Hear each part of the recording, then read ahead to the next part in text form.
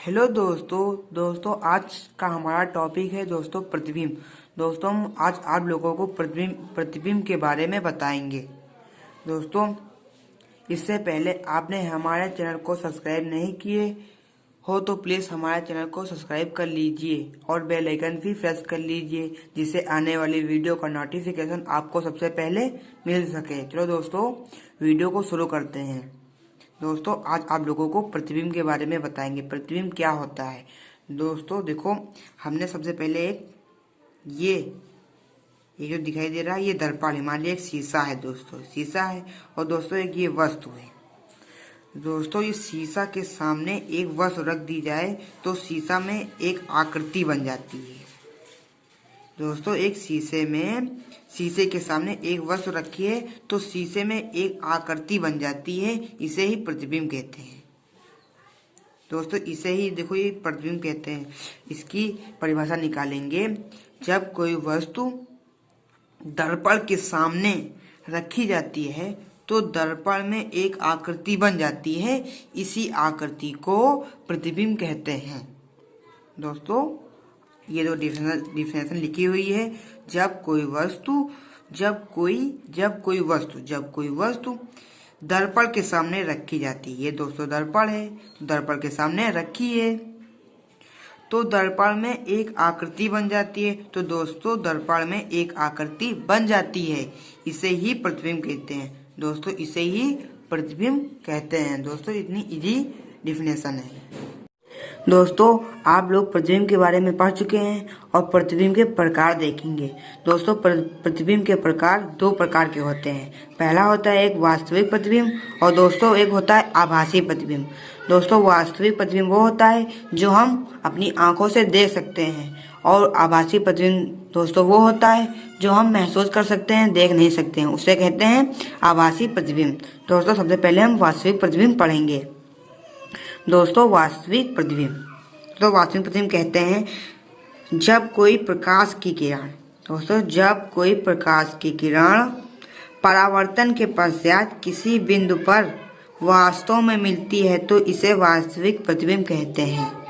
दोस्तों जब कोई प्रकाश की किरण परावर्तन के पश्चात किसी बिंदु पर वास्तव में मिलती है तो इसे वास्तविक प्रतिबिंब कहते हैं। दोस्तों इस चीज से समझिए। दोस्तों हमने एक अवतल दर्पण बना लिया है और ये फोकस है, ये सेंटर, ये वक्रता केंद्र है। दोस्तों पहली प्रकाश की किरण मुख्य अक्ष के समांतर गई तो परावर्तन के पश्चात फोकस से निकल गई। दूसरी प्रकाश की किरण वक्रता केंद्र से गई जो परावर्तन के पश्चात उसी माध्यम में वापस लौट गई। दोस्तों ये दोनों जहाँ एक दूसरे को वास्तव में दोस्तों हम देख सकते हैं, ये वास्तव में काट रहे हैं एक बिंदु पर। दोस्तों ये वास्तव में काट रहे हैं तो इसे हम वास्तविक प्रतिबिंब कहेंगे। इसी से डिफिनेशन निकालेंगे, जब कोई प्रकाश की किरण परावर्तन के पश्चात किसी बिंदु पर वास्तव में मिलती है। दोस्तों ये दोनों किरण वास्तव में मिल रही हैं तो इसे वास्तविक प्रतिबिंब कहेंगे। दोस्तों अब हमारा दूसरा पॉइंट है आभासी प्रतिबिंब। दोस्तों आभासी प्रतिबिंब वो होता है जो हम देख नहीं सकते हैं, सिर्फ अनुभव कर सकते हैं। दोस्तों आभासी प्रतिबिंब कहते हैं जब कोई प्रकाश की किरण परावर्तन के पश्चात किसी बिंदु पर आती हुई प्रतीत होती है तो इसे आभासी प्रतिबिंब कहते हैं।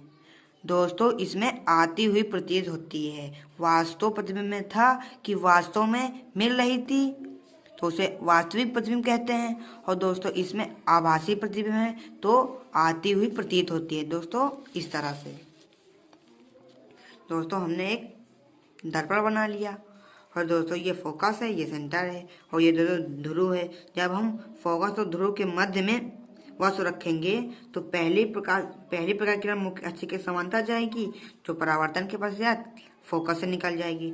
दूसरी प्रकार किरण वक्रता केंद्र से जाएगी जो उसी माध्यम में वापस लौट आएगी। तो दोस्तों इन दोनों का गैप देखो दोस्तों, ये बढ़ती ही जा रही हैं। दोस्तों ये दोनों बढ़ते ही जा रहे हैं तो ये दोनों दोस्तों कटेंगे नहीं, तो ये दर्पण के पीछे कट जाएंगे डैश डैश करके। देखो दोस्तों हमने डैश डैश करके दिखाया है, इसे कहते हैं आभासी प्रतिबिंब। दोस्तों डैश डैश करके दिखाया है, दर्पण के पीछे बढ़ रहा है प्रतिबिंब तो इसे हम आभासी प्रतिबिंब कहेंगे। और आभासी प्रतिबिंब में प्रतिबिंब हमारा सीधा बनता है। दोस्तों इसे कहते हैं आभासी प्रतिबिंब। अब दोस्तों गोलीय दर्पण देख लीजिए। दोस्तों गोलीय दर्पण दो प्रकार के होते हैं। पहला होता है अवतल दर्पण, दूसरा होता है उत्तल दर्पण। दोस्तों अब उत्तल दर्पण किसे कहते हैं?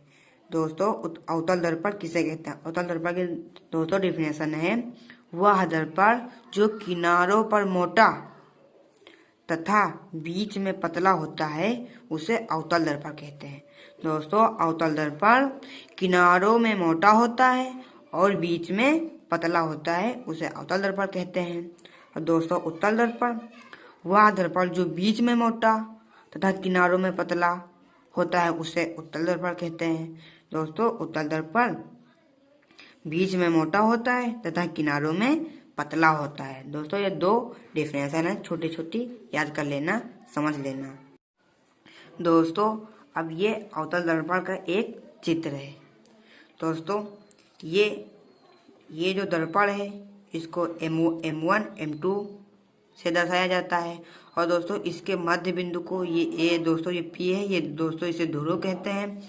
और दोस्तों इसे परावर्तक तल कहते हैं। और दोस्तों इसे फोकस कहते हैं। और दोस्तों इसे वक्रता केंद्र कहते हैं। और दोस्तों एक वस्तु होती है, इसको O डैश से दर्शाया जाता है। दोस्तों यहाँ से यहाँ तक की दूरी को S से दर्शाया जाता है। और दोस्तों यहाँ से वक्रता केंद्र तक ध्रुव तक की दूरी को वक्रता त्रिज्या से दर्शाया जाता है। अब दोस्तों ध्रुव क्या है, वक्रता केंद्र क्या है, फोकस दूरी क्या है, परावर्तक तल क्या है, दोस्तों ये आप लोगों को हम बताएंगे। दोस्तों सबसे पहले हम आपको बताएंगे ध्रुव। दोस्तों ध्रुव क्या होता है? दोस्तों इस चित्र की सहायता से समझो। दोस्तों ये परावर्तक तल है। दोस्तों ये परावर्तक तल है। परावर्तक तल के मध्य बिंदु को ध्रुव कहते हैं। दोस्तों ये परावर्तक तल है और परावर्तक तल के मध्य बिंदु को ध्रुव कहते हैं। दोस्तों यही डिफिनेशन लिखी हुई है, परावर्तक तल के मध्य बिंदु को ध्रुव कहते हैं। इसे P से प्रदर्शित करते हैं। दोस्तों इसे P से प्रदर्शित करते हैं। अब दोस्तों दूसरा है वक्रता तिरछा। दोस्तों यह वक्रता तिरछा, यहाँ से यहाँ तक की दूरी को वक्रता तिरछा कहते हैं। दोस्तों इसे हम चित्र के द्वारा से समझेंगे। दोस्तों ये है दर्पण का ध्रुव। दोस्तों दर्पण के ध्रुव से वक्रता केंद्र तक की दूरी को वक्रता तिरछा कहते हैं। समझ में आया दोस्तों? दर्पण के ध्रुव से वक्रता केंद्र तक की दूरी को वक्रता तिरछा कहते हैं। इसे R से प्रदर्शित करते हैं। दोस्तों ये दोस्तों वक्रता तिरछा है। दर्पण के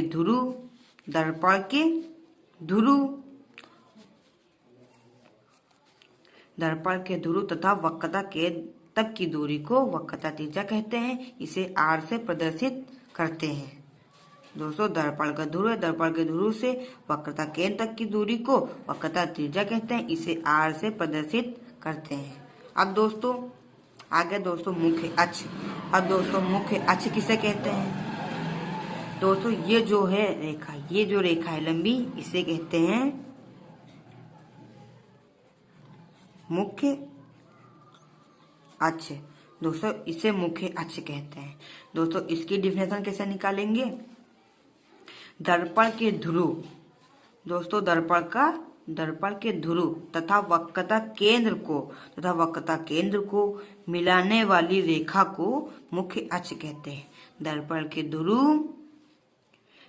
के ध्रुव तथा वक्रता केंद्र से मिलाने वाली रेखा को मुख्य अक्ष कहते हैं। दोस्तों ये डिफिनेशन लिखी हुई है, दर्पण के ध्रुव तथा वक्रता केंद्र को मिलाने वाली रेखा को मुख्य अक्ष कहते हैं। अब दोस्तों दर्पण का द्वारक।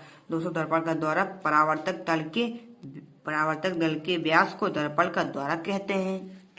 दोस्तों अब तीसरा पॉइंट है, लास्ट पॉइंट है वक्रता केंद्र। दोस्तों वक्रता केंद्र किसे कहते हैं? उस गोले के केंद्र को जिसका कि दर्पण एक भाग है, दर्पण का वक्रता केंद्र कहलाता है। इसे C से प्रदर्शित करते हैं।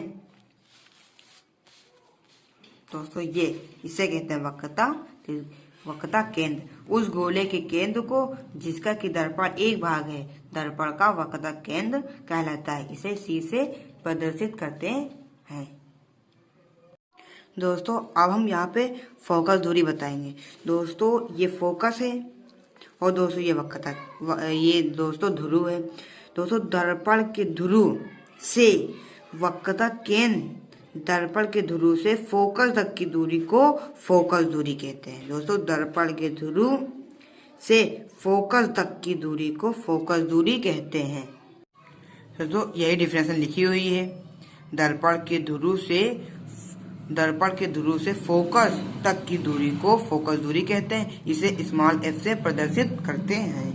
अब दोस्तों आप लोगों को हम फोकस के बारे में बताएंगे। दोस्तों ये फोकस क्या होता है। ये फोकस हमने सब डिफिनेशन आप लोगों को बता दी है। अब सिर्फ फोकस रह गया है, फोकस भी समझ लीजिए।